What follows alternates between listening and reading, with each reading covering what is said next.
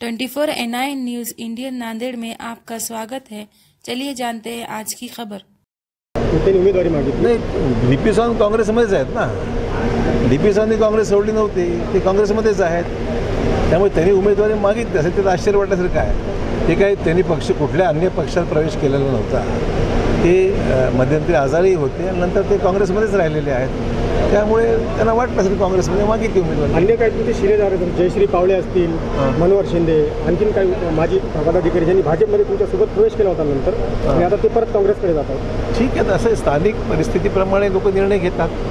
मी तुम्हाला सुरुवातीलाच सांगितलं होतं की कुठल्याही व्यक्तीला त्यांनी पक्ष सोडून माझ्याबरोबर या असा आग्रह मी कधीच केला नव्हता. पण ज्यांना वाटलं ते आले माझ्याबरोबर, ज्यांना वाटलं नाही ते राहिले मागे. शेवटचा प्रश्न, मिनल खदगावकर यांनी बंडाचा इशारा दिला. त्यांनी म्हटलं की पक्षाने जर मला संधी दिली नाही तर नायगावमधून अपक्ष लढणार. आता त्यांचं वरिष्ठ पातळीवर कदाचित बोलणं चालू आहे, अजून वेळ आहे त्याला. इतक्या लवकर काही मी सांगू शकत नाही की उमेदवारीचा विषय जो आहे तो भाजपमध्ये वरिष्ठ पातळीवर चर्चा करून माहिती घेऊन ठरवला जातो. अद्याप कोणाची उमेदवारी जी कुठल्याच जिल्ह्यामध्ये निश्चित झालेली नाही आहे आणि त्यामुळे ठीक आहे, त्यांना तयारी त्यांनी सुरू केली. अनेक लोक प्रयत्नात आहेत. बघूया.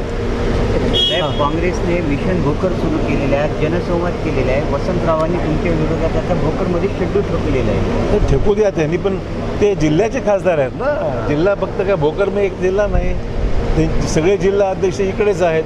नांदेड जिल्ह्यामध्ये त्यांच्याकडे जबाबदारी ज्या जिल्हा अध्यक्ष आहेत, जिल्ह्यामध्ये इतर तालुक्यामध्ये सुद्धा इलेक्शन होणार आहे.